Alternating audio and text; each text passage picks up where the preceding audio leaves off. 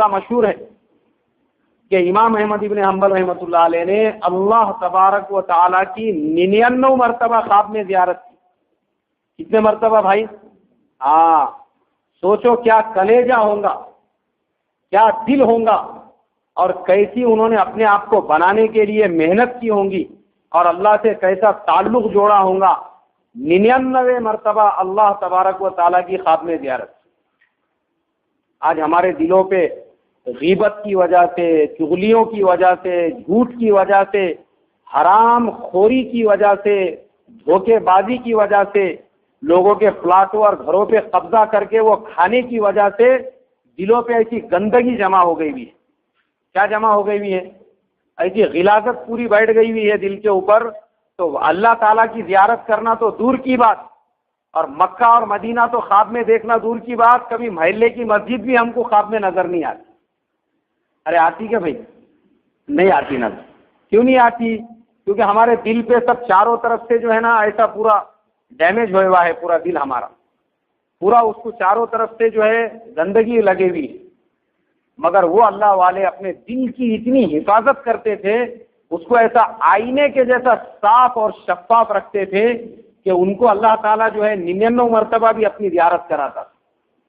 تو امام احمد ابن حنبل نے ایک مرتبہ اپنے شاگردوں سے کہا، بولے بچوں اب اگر بولے میں 100ویں مرتبہ اللہ تعالیٰ سے تو دیکھوں گا نا تو ان سے پوچھوں گا کہ تمہارے سے اور قریب ہونے کا راستہ کون سا ہے.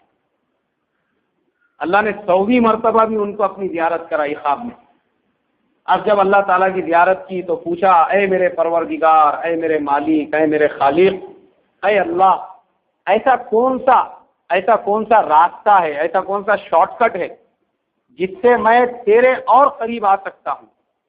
اللہ تعالیٰ نے کہا کہ احمد قرآن پاک کی تلاوت کیا کرو.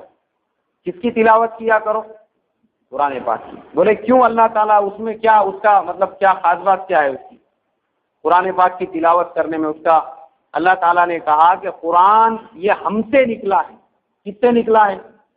یعنی جو قرآن پڑھنے والا ہوتا ہے وہ گویا کہ اللہ کے الفاظ کو دوہرا رہا ہے. کس کے الفاظ کو دوہرا رہا ہے بھائی؟ اللہ کے. بولے وہ میری زبان سے نکلا ہوا کلام ہے، اور جو میرا کلام پڑھتا ہے میں اس کے بہت قریب ہو جاتا ہوں. قرآن پاک کی تلاوت. تو یہ احمد ابن حنبل رحمۃ اللہ علیہ بھی رمضان المبارک کے مہینے میں دن اور رات میں ایک ایک قرآن پڑھا کرتے ہیں. اور ہمارا یہ حال ہے کہ رمضان کا مہینہ آ جاتا ہے، سال بھر میں تو ہم کو قرآن کو ہاتھ لگانے کی بھی فرصت نہیں ملتی. کبھی ہم چھوتے بھی نہیں غلطی سے قرآن کو.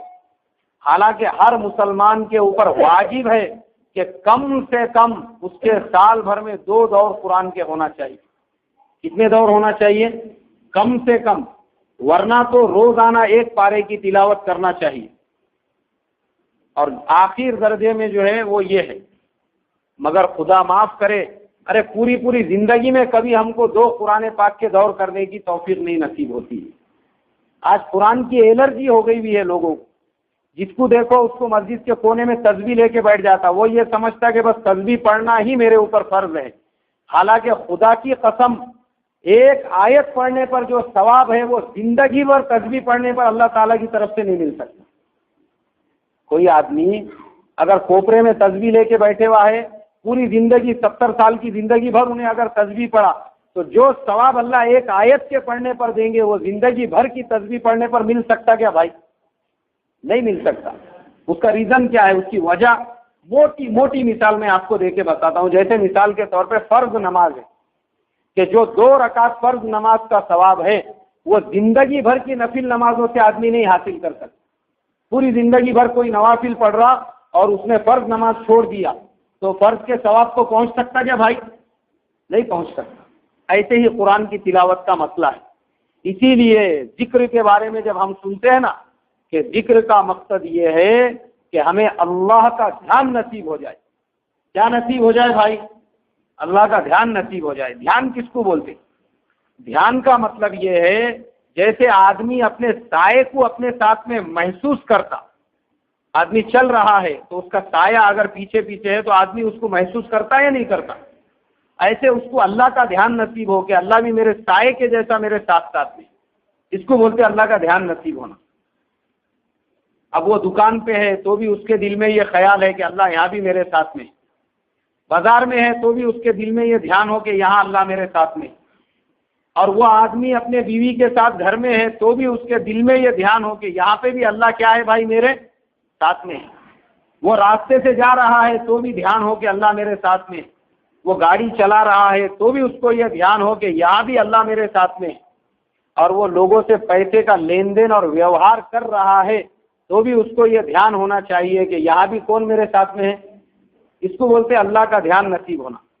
اور اللہ کا دھیان نصیب ہونے کے لیے جو فرمایا، جو اس کے لیے محنتیں بتائی گئی ہے، اس میں جو چیزیں بتائی ہے، اس میں سب سے پہلی چیز ہے قرآن پاک کی تلاوت۔ سب سے پہلی چیز کیا ہے بولو؟ قرآن پاک کی تلاوت۔ قرآن پاک کی تلاوت بہت ضروری ہے، اس لیے رمضان اور قرآن یہ دونوں کا ایک دوسرے سے خاص تعلق ہے۔